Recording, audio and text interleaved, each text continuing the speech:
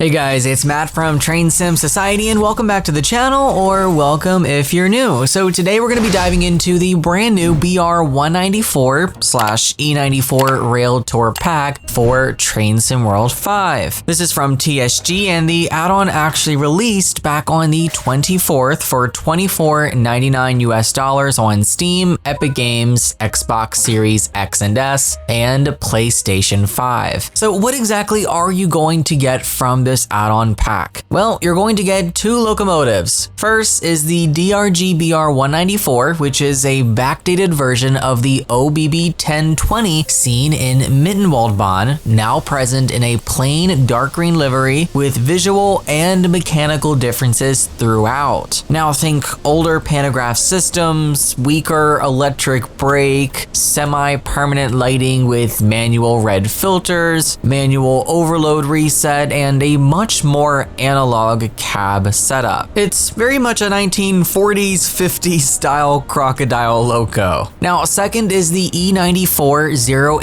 which is a preserved Railtour loco originally built in 1943 and modernized for the 70s. It ran real services until the 90s and now operates heritage tours maintained by EZW. TSG, the developer of this pack, worked directly with them, so everything from sound recording to visual is based on actual reference material. And a really nice part about this is a portion of all sales will go back to EZW to support preservation. So rolling stock includes the rebuilt BYG 516 coaches and 3 freight wagons, GBS, which is brand new to TSW, and 2 returning types, ES50 and Fawns, with the latter supporting a new DBB livery. There is a full 1984 timetable for Link Rheinstreck unlocked if you own both the route and this pack, and compared to the original 1997 timetable for Link Rheinstreck, it adds a bunch of new services and dense AI traffic, especially when combined with other DLCs like Mittenwaldbahn, Niddertalbahn, and the DBBR 218. Scenery textures and water have also been improved, and there's even a new livery for the 218 usable in free roam and the timetable. So over on Ludwigsbahn, you get 2 new scenarios and some free roam options using the E94. Full timetable support for Railtour services isn't here in this release, but is planned in a future update. And there's also a mastery reward that gives you a scenery tile with the E94 housed in an engine shed. You also get support for free roam and scenario planner across the board, and yes, it's fully realistic to run this loco with modern rolling stock like Dostos.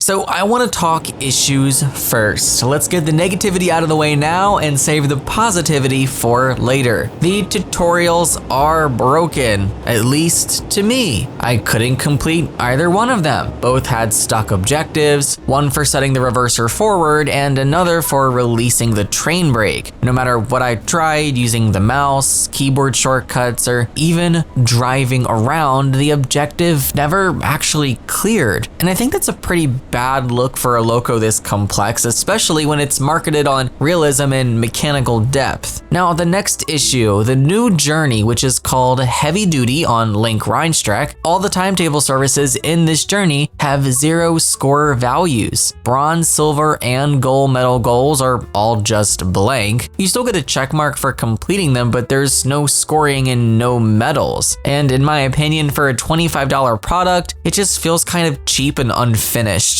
I feel like that's sort of something maybe you see in a beta or if you're beta testing, but this is a final product that I paid for, so I expected that to be complete. Now for the good, this loco is beautiful. It is gorgeous. The looks and sounds are top notch. It's honestly exactly what I expected from TSG. Normally their work and their quality is just amazing. Once I got past the tutorial bugs and into actual service runs though, I was really impressed. honest. And the 1984 timetable for Link Rhinestrike is amazing as well. It was way more alive than the original release timetable for this route, and that also counts the fact that I didn't even have all of the layers. So I could only imagine actually having them all, it would be even better. Now, performance-wise, at least on my machine, it runs great, almost perfect, honestly. I do have a very high-end PC though, so keep in mind that performance will vary depending on your setup. But as far as driving the Loco itself, it can be a little frustrating at first. I'm inexperienced with this type of Loco and I definitely had to learn it as I went, but I'm not gonna fault the DLC for that. That's 100% a me problem, and that's my slow learning curve. But I think that's part of the charm, honestly. If you like a challenge, if you like learning something new, I definitely think this will probably be worth it for you. Now, like I mentioned, I don't have the full layering setup either since I don't own all the required DLCs, but even without it, the timetable already felt bigger than the original one, and that's with less content, and I think that says a lot there. But it's also why I don't think the value is there unless you already own a bunch of other stuff. Otherwise, it feels like you're only getting part of the experience. And no, I don't think it's worth buying those other DLCs just to unlock the rest of this. I thought about it and it's just not worth it for me personally. As for the scenery improvements on Link Rhinestrike, I didn't really notice anything, but I also wasn't actively looking for changes either. Still, they did take the time to do it, so I'll give them their 10s for that. But here is where I stand overall. I think my general thoughts are pretty mixed, but definitely leaning more positive with some caveats. I absolutely love the realism and depth in this pack. The mechanical accuracy, the attention to detail, the preservation partnership.